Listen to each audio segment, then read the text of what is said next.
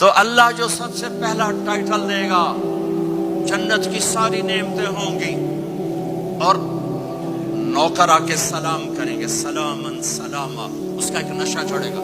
پھر فرشتے آ کر کہیں گے سلامن سلاما، اس کا ایک اور نشہ چڑھے گا۔ پھر ایک دم میرے رب کا عرش کھلے گا اور اللہ سامنے آ کر کہے گا سلام قولا من رب الرحیم، میرے بندے بندیوں تمہارا رب تمہیں سلام پیش کرتا ہے، اور مرحبا بالصادقین، اور سچے بندوں کو ویلکم کرتا ہے۔ میرے بھائی بہنوں، سچ، میرے نبی کے عالی اخلاق، سچ، سچائی، سچائی، سچائی۔ آپ نے یزید کی برائیاں تو سنی ہیں، اس کے بیٹے کی نیکی سنو۔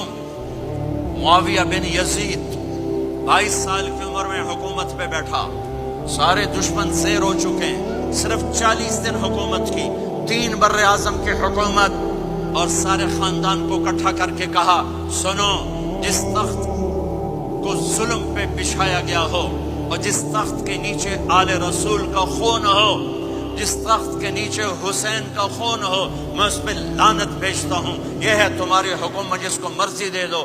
3 بر اعظم کی حکومت سچائی پر چھوڑ دی، 3 بر اعظم کی حکومت سچائی پر چھوڑ دی، 3 بر اعظم کی حکومت کو لات مار دی سچائی پر۔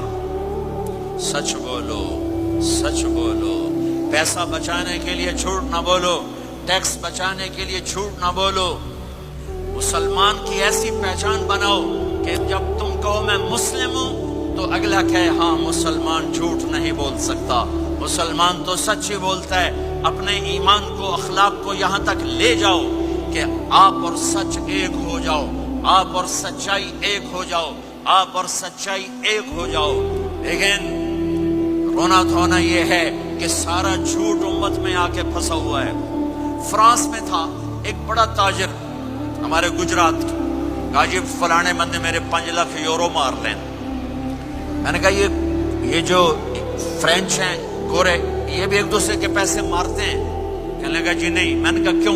کہ وہ سارا لکھت پڑھت ہوتی ہے، کمپیوٹر ہوتا ہے، مار نہیں سکتے۔ میں نے کہا پھر تم کیوں نہیں لکھت پڑھت کرتے؟ کہا جی پھر ٹیکس دینا پڑتا ہے۔ میں کہا 5 لاکھ کا ٹیکس لگا گیا ہے، اس سے اچھا نہیں تھا تو 2 لاکھ ٹیکس دے لیتا اور تیرا ضمیر بھی زندہ ہوتا اور تو صبح کی نیند سوتا۔